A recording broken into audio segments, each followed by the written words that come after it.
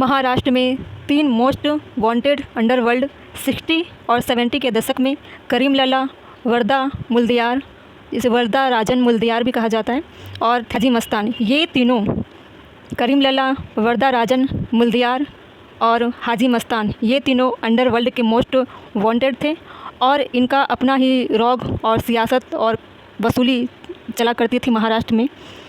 70 के दशक तक तीनों का जो डर और खौफ था महाराष्ट्र में वो बना हुआ था। तीनों ने आपस में कभी भी किसी तरह से ना कोई विवाद किया, ना कोई आपस में खून खराबा हुआ।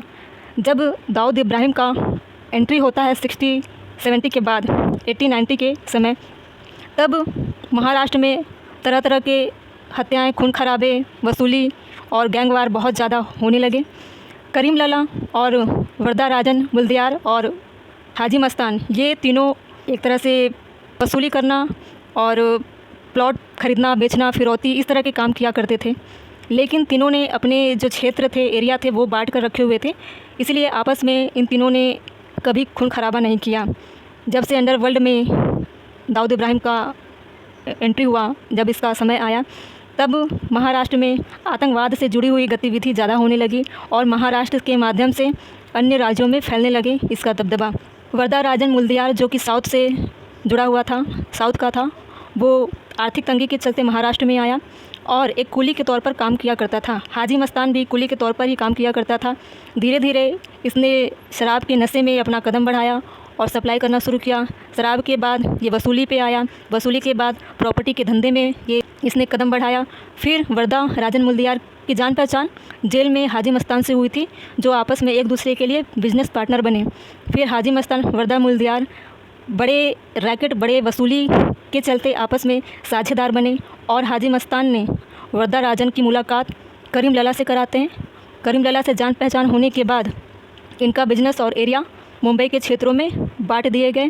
फिर अपने अपने एरिया में इनका काम, बिजनेस का काम, ज़मीन की खरीद बिक्री करना, ये जारी रहा था। 1974-75 के दौरान इमरजेंसी लगी, जो इंदिरा गांधी ने लगवाया था। उसी बीच वर्दा राजन मुल्दियार की गिरफ्तारी हुई थी और इसे महाराष्ट्र छोड़ने को कहा गया था। महाराष्ट्र में कुछ दिन रहकर अपने राज्य लौट जाता है, साउथ में, तमिलनाडु में। वहाँ कुछ दिनों के बाद इसकी मृत्यु हो जाती है, लेकिन हाजी मस्तान से करीबी होने के चलते इसने वर्दा राजन की बॉडी को फिर से मुंबई मंगाया और लोगों के भीड़ के बीच में उसका अंतिम संस्कार कराया था।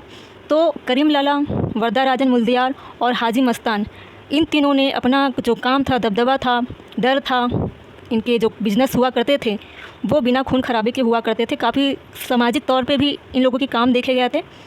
अंडरवर्ल्ड की दुनिया में ये तीनों की जो छवि है वो एक सामाजिक दृष्टि से भी इनका भूमिका भी रही।